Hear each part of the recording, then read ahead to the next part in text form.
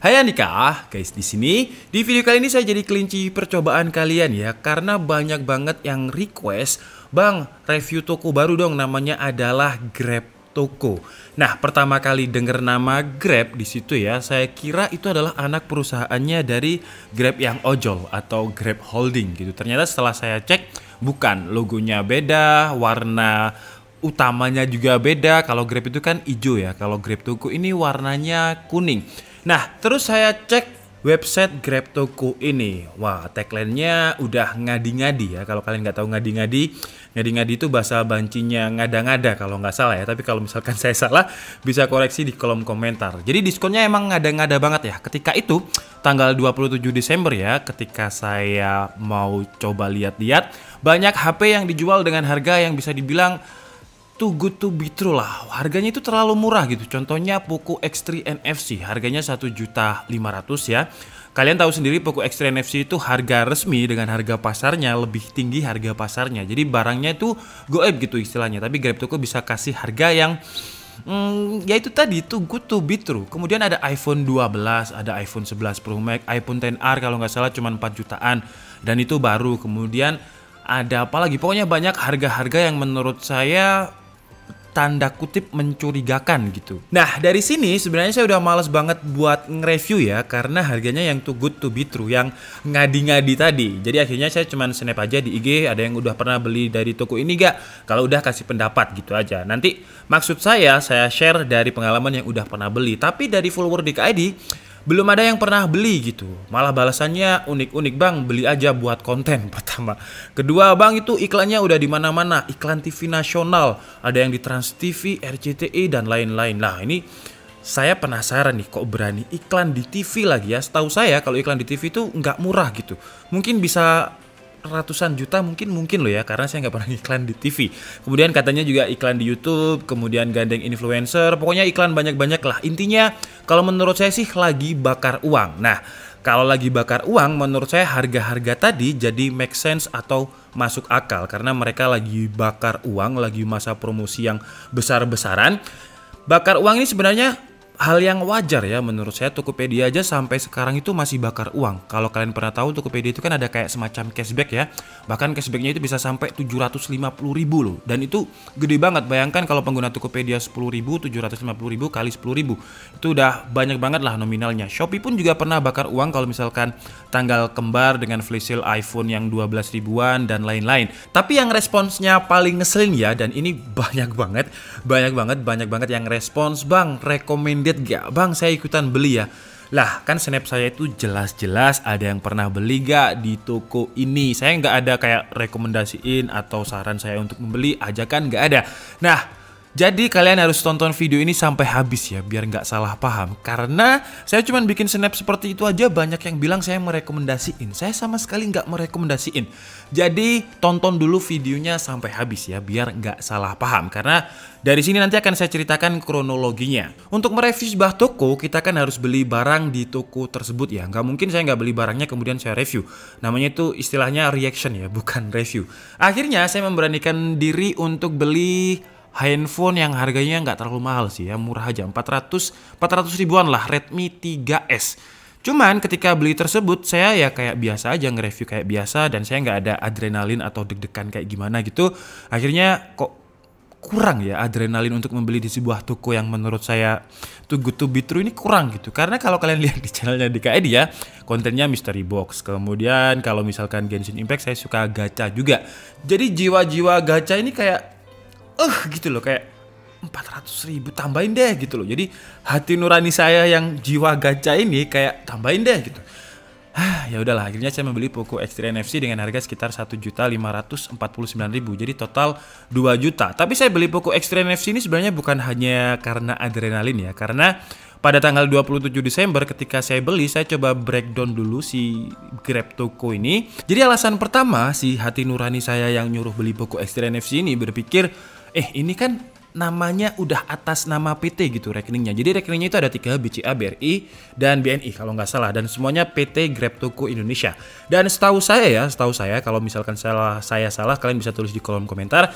Setahu saya untuk ngurus PT itu ribet banget dan nggak murah untuk ngurus rekening atas nama PT ya. PT itu di atasnya CV, karena kebetulan saya juga udah punya CV dan mau ngurus PT itu ribet dan lumayan mahal gitu.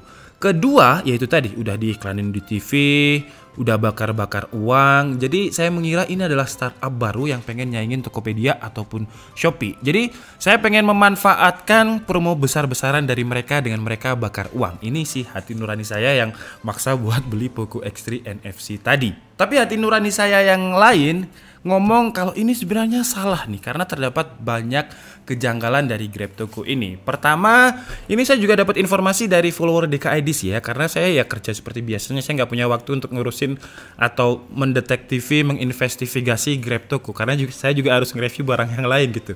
Nah, jadi terima kasih buat yang udah ngirim-ngirim informasi. Dan katanya GrabToko ini Instagramnya beli ya, karena dia sempat berubah-ubah nama banyak banget. Kemudian kejanggalan lain untuk websitenya sketchy banget, dan websitenya ini memang di hosting di WordPress ya. Kalau misalkan e-commerce baru yang udah berani bakar uang ratusan juta, seharusnya mampu untuk bikin website yang lebih bagus lah. Tapi hati nurani saya yang ini ya, yang suka gacha ini ya, tetap bilang ke hati nurani saya yang agak bersih ini, ya itu kan startup yang awal gitu loh. Jadi mereka masih membangun sistem yang pelan-pelan mungkin diperbaiki. Oke lah, jadi akhirnya saya memutuskan untuk tunggu dulu sampai sekarang tanggal 6 Januari ya. Tanggal 6 Januari saya tunggu, dan itu udah melalui banyak drama lah. Jadi Instagramnya di restrict, Instagramnya muncul hilang, dan lain-lain. Udah banyak banget dramanya yang menurut saya emang janggal gitu. Akhirnya kalau misalkan kalian lihat di deskripsi ya, ketika beli barang diskon itu ada tulisan 4-6 hari proses untuk mengirimkan barang. Nah, saya beli itu tanggal 27 Desember, sekarang tanggal 6 Januari. Jadi seharusnya sih udah lebih 6 hari ya, atau kepotong libur. Jadi kalau misalkan, ya ini kan hati gacha saya ini masih kepikiran nih, kepotong libur mungkin ya, potong libur tahun baru, jadi lumayan banyak. Cuman si jiwa gacha saya ini akhirnya nyerah, karena ketika saya tanya tadi jam 10:30 kalau nggak salah, ada WA dari adminnya GrabToko, intinya maaf kalau lagi ada masalah lah, intinya mereka lagi ditipu investornya. Jadi investornya itu menggelapkan uang gitu.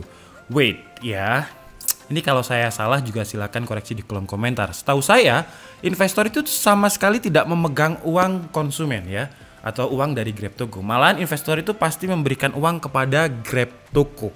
Ya, kalau kalian pernah nonton startup, dan pasti kalian nonton karena filmnya viral juga. Jadi investor itu tujuannya adalah untuk membantu si startup tadi untuk berkembang, dengan alasan ketika sahamnya udah naik ya, mereka akan mendapatkan keuntungan gitu. Setahu saya gitu, tapi kalau misalkan saya salah, silakan tulis di kolom komentar. Dan dari sini menurut saya udah janggal, aneh, dan si hati jiwa gacha saya ini, tangan kiri ini juga udah nggak bisa ngasih solusi lain. Jadi yang menang adalah yang ini. Jadi sampai sini akhirnya saya bikin konten, karena menurut saya udah janggal banget investor itu ya. Cuman saya nggak berani bilang kalau ini adalah penipuan, karena belum ada laporan yang benar-benar diketok gitu ya di polisi kalau misalkan ditetapkan tersangka gitu.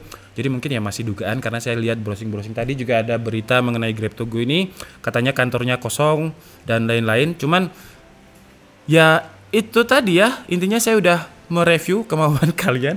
Saya nggak tahu deh pengen ngomong apa ya, karena kalau dibilang review ini juga bukan review, pengalaman juga mungkin pengalaman ya. Dan mungkin buat kalian yang udah pernah transaksi di GrabToko juga bisa tulis di kolom komentar ya, karena ada satu subscriber saya juga yang barangnya datang loh, ada yang datang loh. Jadi kenapa saya nggak berani bilang kalau ini penipuan, karena ada yang pernah datang gitu ya. Cuman satu itu aja sih, dari follower saya 45.000 ya di Instagram ya. Dari 45.000 jadi cuma satu orang aja yang datang. Tapi kan nggak mungkin dari 45.000 itu beli semua dong, mungkin beberapa. Pokoknya intinya ada yang datang lah dari GrabToko. Cuman pesan moralnya ya, kalau misalkan kalian melihat harga yang terlalu murah, intinya yang too good to be true, ya patut dipertanyakan gitu. Jangan tergiur harga yang murah ya. Kalau misalkan kalian belum punya duit buat beli iPhone, ya Xiaomi dulu nggak apa-apa. Daripada kalian beli iPhone harga Xiaomi tapi jatuhnya malah barangnya nggak datang, yang datang malah Evercost ya kan. Ya daripada kayak gitu, mending ditabung dulu, kemudian dibelikan yang dipengenin gitu. Cari yang aman-aman aja lah. Sekarang cari uang itu susah ya, apalagi di masa pandemi seperti ini. Jadi jangan mengeluarkan uang dengan mudah seperti tangan kiri saya ini yang suka main gacha tadi. Tapi enggak, ini nggak apa-apa sih ya. Kalau saya mikirnya dari awal, saya memang buat konten, dan mungkin saya bisa balik modal dengan konten ini, mungkin loh ya. Kalau misalkan nggak balik modal ya nggak apa-apa, untuk mengedukasi kalian. Jangan pernah beli barang yang too good to be true, yang terlalu murah gitu. Dan sekarang udah hujan deras, jadi kayaknya udah harus saya akhiri ya. Intinya jangan tergiur harga murah. Dan Grab Toko apakah saya merekomendasikan untuk beli? Enggak, waduh tambah deras. Jangan beli dulu ya, jangan beli dulu, atau jangan belilah, beli yang aman-aman aja. Oke, saya Dikasta Budi and see you on the next video. Bye bye.